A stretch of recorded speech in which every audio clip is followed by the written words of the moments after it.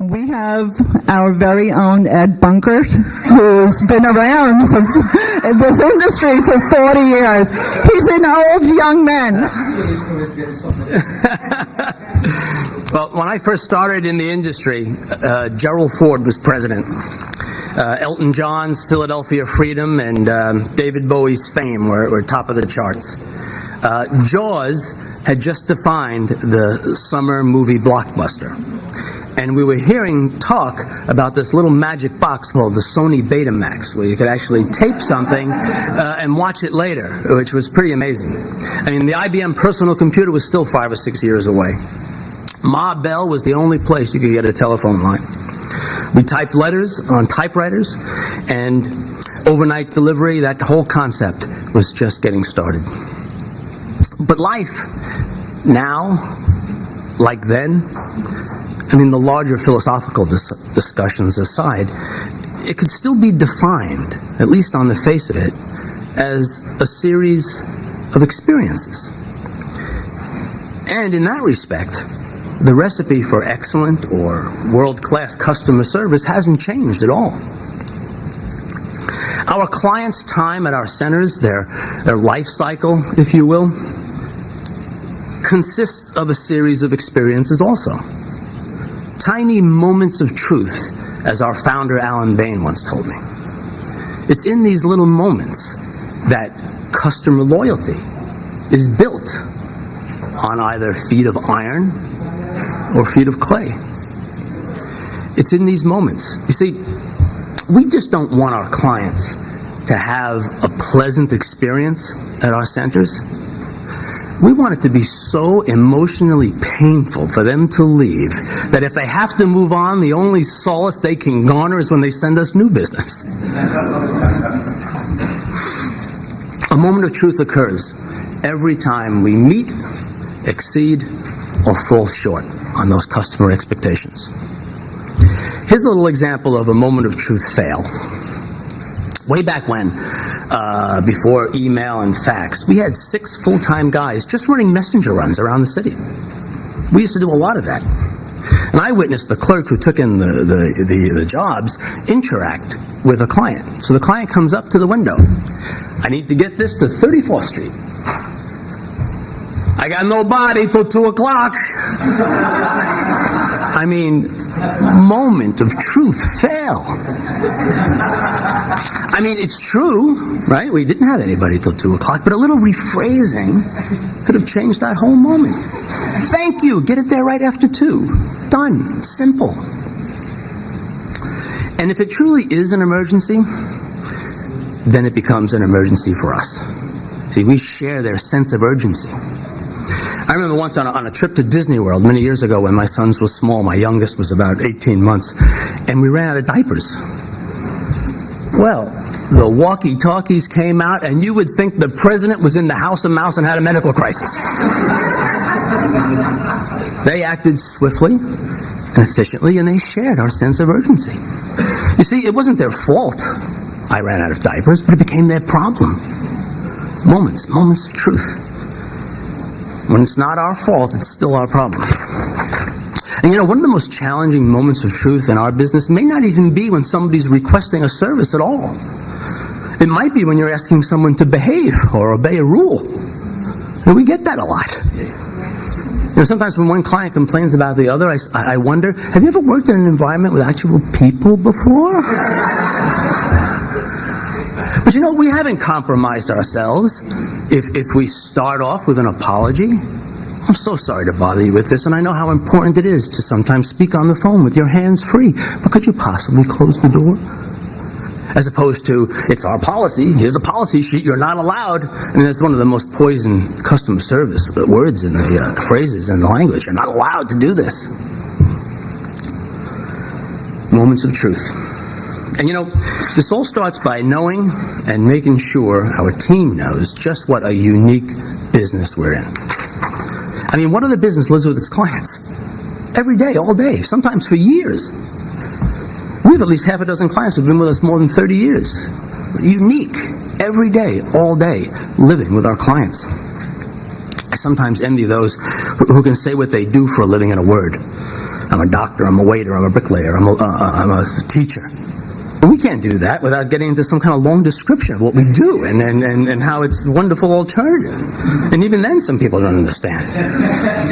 And I remember more than once going through the whole thing. We provide office space and services that gets a client in business immediately with everything they need, phones, meeting rooms, staff, for a fraction of what it would cost to furnish and equip their own space.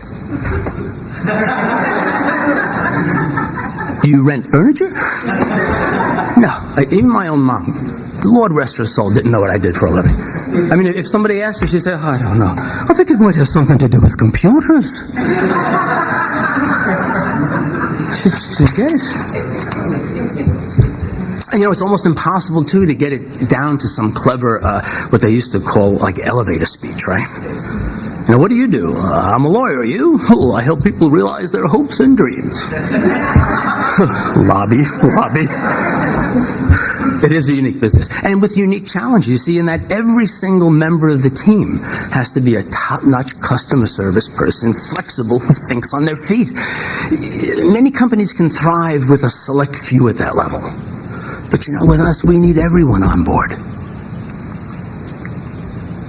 And if you have the basics, and that is a heart for people, you can get fine-tuned with all the right techniques. It is unique. And we sometimes have to remind ourselves of that. I mean, it does become challenging living with your clients every day, all day. And I've reminded myself and other team members in the past by referencing a scene in Godfather Part 2. I mean, Michael Corleone is visiting with the Miami gangster, Hyman Roth. And he's ranting. He's ranting about an attempt on his life. Bullets flying through the window in his bedroom. And Hyman Roth tells him, I had a protege in Vegas. A guy named Mo Green. Someone shot him in the eye. And I didn't ask why. I just said, this is the business we're in. In other words, it's what we've signed up for. And I've come to realize also is that what we provide is not really what our customers want. Let me explain. They don't want desks or phones or even nice carpets or polished floors or copies or coffee. Well, coffee they want. But here's what they want.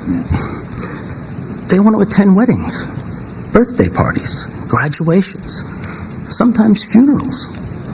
They might want to care for an elderly parent, to take a vacation with someone close to them, to experience something new. Perhaps they want to support a cause or a charity near and dear to their hearts. In other words, they just want to live their lives. And where that means to an end, we lift them up. And we make that means practical and enjoyable, full of great moments. We are in the hospitality business. I mean, of course, hotels cater to the transient, and we cater to the more permanent.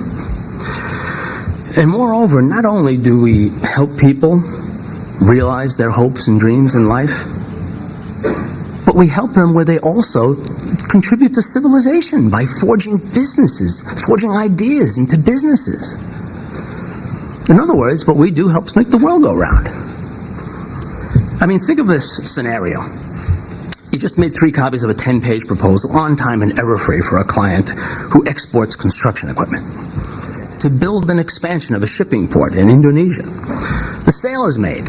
Her family celebrates. And just in time, too, because the kids need new clothes for school. They make a big order. The clothing store says, look, we are running low. Let's call the distributor. The distributor says, hey, business is great. We need some more trucks. They take the last truck off the lot. The truck dealership says, hey, we got to order some more. They go to the manufacturer. The manufacturer says, wow, this is great. We need some more material, leather seats, sound systems, tires. Tire manufacturer says, we need some more raw material. Get on to the rubber guy. Rubber exporter in Indonesia calls the government and says, things are so good, we are going to surpass Thailand in rubber export soon. The government says, hey, maybe this project is a little too small.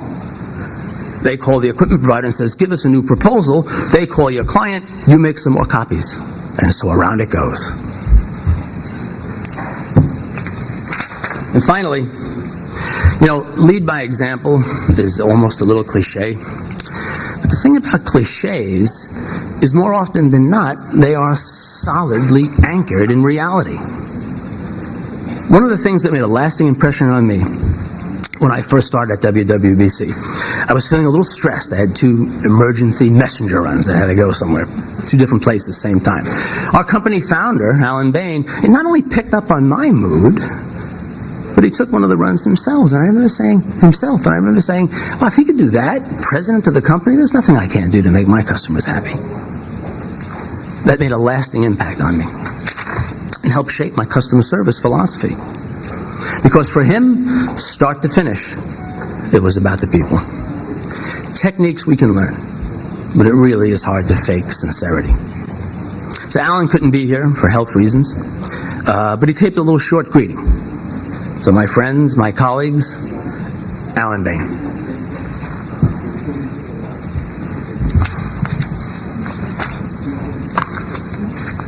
Good morning, ladies and gentlemen. Welcome to the 50th anniversary of the service office industry. I'm delighted that you're hosting it here in New York, and I'm honored to have been asked to give you a welcome. New York City has been my home since I arrived here as a 25-year-old from Britain, another part of the Britain invasion. And it's also been home to Worldwide Business Centers, formed in 1970 here, and the network in 1974. The thing that intrigued me in reading your material was the accomplishments of the group, the size of the group, and the determination of the group and its educational component. I think that that's absolutely critical to the success of the group, and I certainly hope that that will continue strongly going forward. You may be interested to know that British Airways, formerly BOAC, British Airline, was our first marketing partner. And we opened in New York and London with them. At any rate, I hope you have a great weekend, learn a lot, have a lot of fun, and thank you for inviting me. All right. Well, thank you very much, and I'll turn it over now to Tracy.